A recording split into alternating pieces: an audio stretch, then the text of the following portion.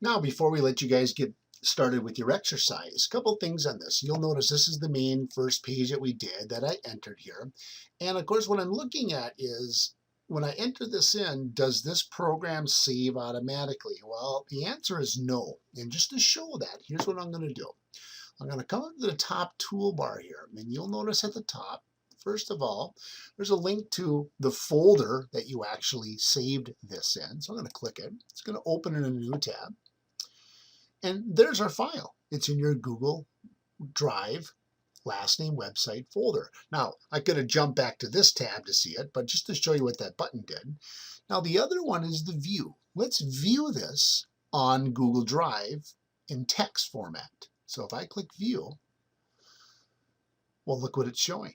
None of the content that I put in this page is actually in this file because it hasn't been saved. So when you're working on a file to save it, go back up to the save icon.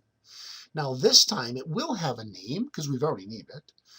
It still has the folder. And I'm going to click just the save button. Now, we can use save as. Save as would be if we want to make it a new page with a different name. That was the purpose of our template in Dreamweaver. So let's go ahead and click save. Perfect. Now, just to test it, I'm going to go to view. And look now what our file has. So now it is properly saved. So make sure you save your changes. All right.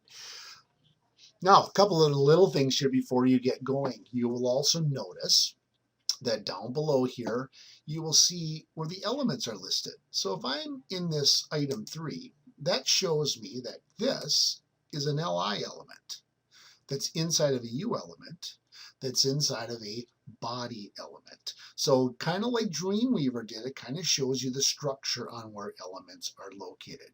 Now this should be enough to get you guys going and creating exercises. This is really used to quickly create a web page without having to worry about the code. But when you're done with this, here's what you're going to do. I'm going to go to my source, and all I'm interested in is what's inside the body. So I'm going to start with my heading 1. And go down to the ending div and only capture all of the content that's in the div.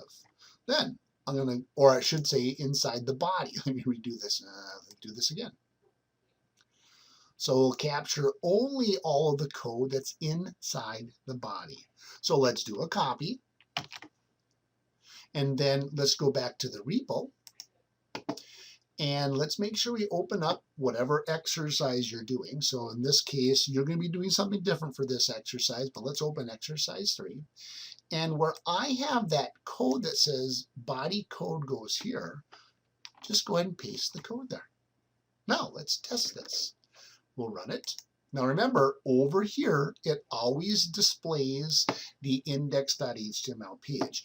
You're going to end up adding a link to that page, but just to test it, let's open this in a new tab, and let's go ahead and add /exercise3.html. And voila, there is our web page. So you're going to be using this new HTML editor to really quickly throw together a web page. It puts all the elements in, makes it quick. You can transfer it when you're done to your repo, and it's inside of there that you will do your styling.